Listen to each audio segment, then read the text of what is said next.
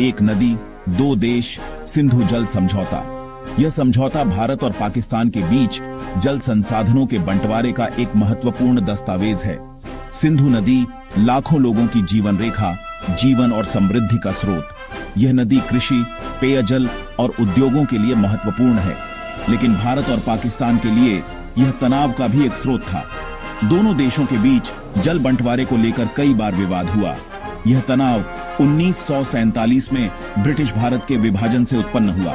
विभाजन के बाद दोनों देशों को जल संसाधनों का बंटवारा करना पड़ा। तिब्बत से निकलने वाली और भारत और पाकिस्तान से होकर बहने वाली सिंधु नदी प्रणाली एक साझा संसाधन बन गई।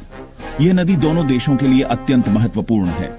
इस साझेदारी से विवाद और असहमतियां पैदा हुई। जल बंटवारे को लेकर दोनों देशों के बीच कई बार तनाव बढ़ा। इसे दूर करने के लिए भारत और पाकिस्तान ने 1960 में सिंधु जल समझौते पर हस्ताक्षर किए। यह समझौता दोनों देशों के लिए एक महत्वपूर्ण कदम था। इस संधि का उद्देश्य सिंधु के पानी का उचित और न्यायसंगत वितरण सुनिश्चित करना था। यह संधि जल संसाधनों के प्रबंधन के लिए एक रूपरेखा प्रदान करती है। यह संधि एक ऐतिहासिक समझौता थी। यह दोनों देशों के बीच सहयोग और शांति की भावना को दर्शाती है। यह सहयोग की भावना और शांति की इच्छा का प्रमाण थी। इस संधि ने दोनों देशों के बीच विश्वास को बढ़ावा दिया। सिंधु जल समझौता एक जटिल दस्तावेज है। इसमें जल बंटवारे के नियम और शर्तें विस्तार से दी गई हैं। इसमें दोनों देशों के अधिकारों और दायित्वों को रेखांकित किया गया है। यह संधि जल संसाधनों के न्यायसंगत बंटवारे को सुनिश्चित करती है। यह जल संसाधनों के बंटवारे के लिए एक रूपरेखा प्रदान करता है। यह संधि दोनों देशों के लिए एक महत्वपूर्ण साधन है। यह संधि क्षेत्र में शांति और स्थिरता बनाए रखने के लिए एक महत्वपूर्ण साधन है। यह दोनों देशों के बीच सहयोग और समन्वय को बढ़ावा देती है। पानी का बंटवारा पूर्व और पश्चिम। सिंधु जल समझौता सिंधु प्रणाली की 6 नदियों को भारत और पाकिस्तान के बीच विभाजित करता है। भारत को 3 पूर्वी नदियों ब्यास, रावी और सतलुज पर नियंत्रण दिया गया था। बदले में पाकिस्तान को 3 पश्चिमी नदियों सिंधु, झेलम और चिनाब पर नियंत्रण दिया गया था। यह विभाजन न्यायसंगत बंटवारे के सिद्धांत पर आधारित था। यह सिद्धांत साझा जल संसाधनों पर दोनों देशों के अधिकारों को मान्यता देता है। यह संधि दोनों देशों द्वारा पानी के ऐतिहासिक उपयोग को स्वीकार करती है। यह दोनों देशों की भविष्य की जरूरतों पर भी विचार करती है। नदियों के विभाजन के भारत और पाकिस्तान दोनों के लिए महत्वपूर्ण निहितार्थ हैं।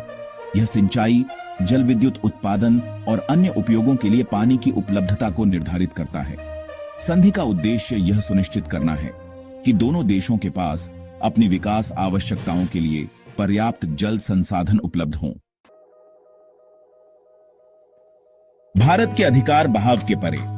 जबकि पश्चिमी नदियों पर पाकिस्तान का नियंत्रण है, भारत उनके उपयोग से पूरी तरह बाहर नहीं है। संधि भारत को विशिष्ट उद्देश्यों के लिए पश्चिमी नदियों के पानी का उपयोग करने के कुछ अधिकार देती है। भारत इन पानी का उपयोग गैर उपभोग्य उद्देश्यों जैसे कि रन ऑफ द रिवर जल विद्युत उत्पादन के लिए कर सकता है।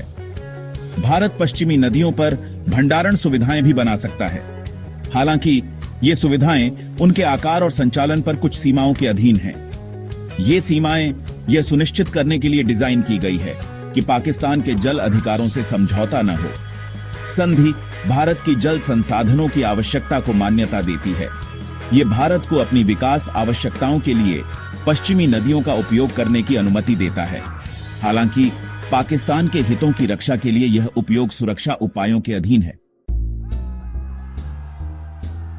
एक परेशान अतीत, विभाजन और जल विवाद। सिंधु जल संधि आवश्यकता से उत्पन्न हुई थी। 1947 में भारत और पाकिस्तान के विभाजन के बाद सिंधु बेसिन, जो पंजाब की उपजाऊ भूमि की सिंचाई करता था, विभाजित हो गया। इस विभाजन से जल बंटवारे को लेकर विवाद और तनाव पैदा हो गया। स्थिति इस तथ्य से और जटिल हो गई थी कि सिंधु नदी प्रणाली का उद्गम भारत में था। इससे भारत को पाकिस्तान में नीचे की ओर पानी के प्रवाह पर काफी हद तक नियंत्रण मिल गया। यह नियंत्रण दो नए बने राष्ट्रों के बीच विवाद का विषय बन गया। भारत और पाकिस्तान के बीच जल विवाद एक पूर्ण संघर्ष में बदलने की धमकी दे रहा था। स्थिति की गंभीरता को समझते हुए दोनों देश शांतिपूर्ण समाधान तलाशने पर सहमत हुए। भाग 5। विश्व बैंक आगे आता है। मुश्किल पानी पर एक पुल।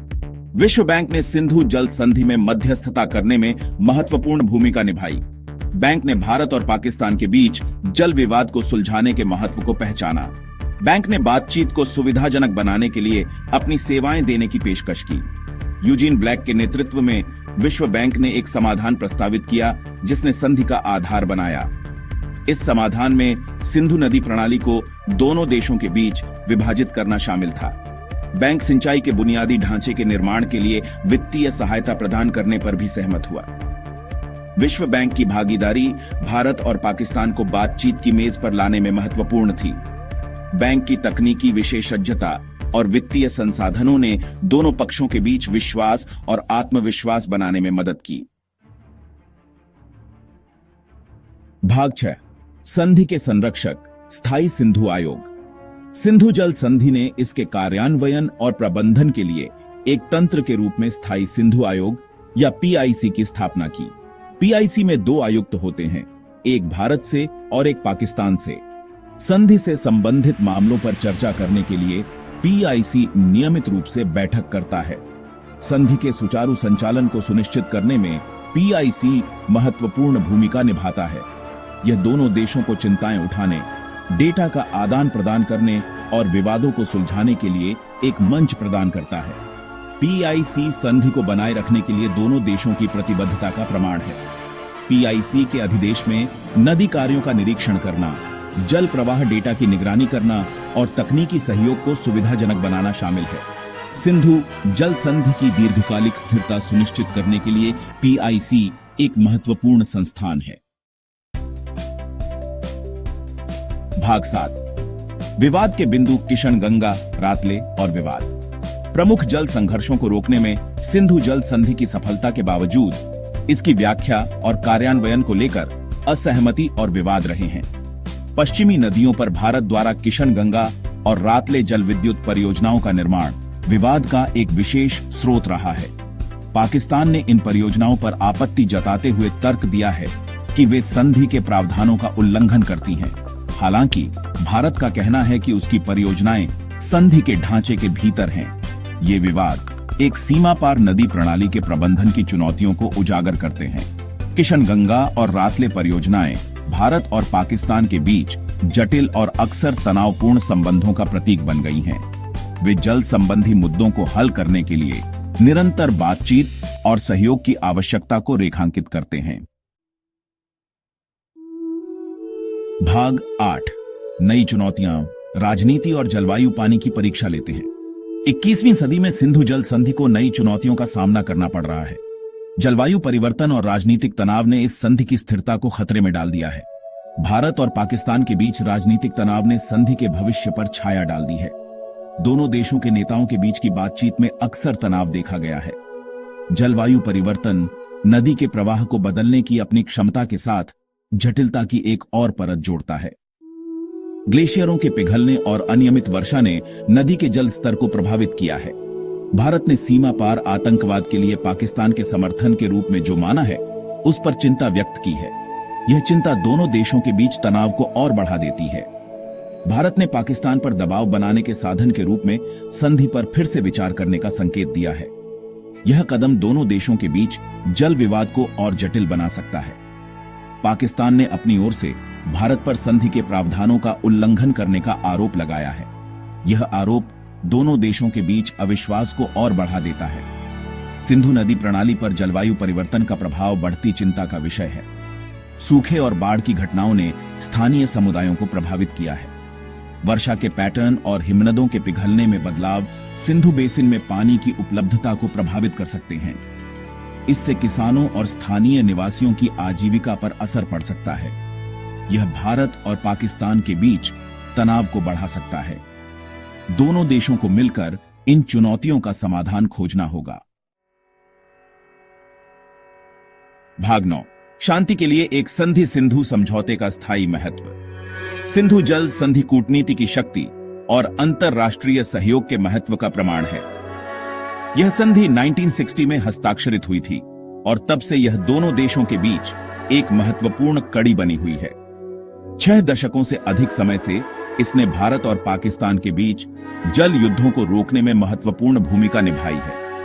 इस संधि ने दोनों देशों को एक साझा मंच प्रदान किया है, जहां वे अपने मतभेदों को सुलझा सकते हैं। यह संधि अक्सर संघर्षों से घिरे क्षेत्र में आशा की किरण के रूप में खड़ी है। यह दिखाती है कि कैसे सहयोग और संवाद से शांति स्थापित की जा सकती है। संधि का स्थायी महत्व न केवल पानी आवंटित करने की क्षमता में है, बल्कि शांति और स्थिरता में इसके योगदान में है। यह संधि जल संसाधनों के प्रबंधन में एक महत्वपूर्ण भूमिका निभाती है।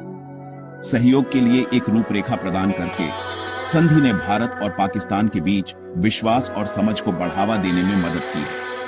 यह दोनों देशों के बीच एक स्थायी संवाद का माध्यम बनी हुई है। जैसे जैसे दुनिया जलवायु परिवर्तन और बढ़ती पानी की कमी की चुनौतियों से जूझ रही है, सिंधु जल संधि सीमा पार जल संसाधनों को साझा करने वाले अन्य देशों के लिए एक मॉडल के रूप में कार्य करती है। यह दिखाती है कि कैसे अंतर्राष्ट्रीय सहयोग से जलवायु परिवर्तन के प्रभावों को कम किया जा सकता है। यह एक अनुस्मारक है कि बातचीत और साझा आधार खोजने की प्रतिबद्धता के माध्यम से सबसे जटिल विवादों को भी हल किया जा सकता है। यह संधि हमें सिखाती है कि शांति और सहयोग के लिए हमेशा एक रास्ता होता है।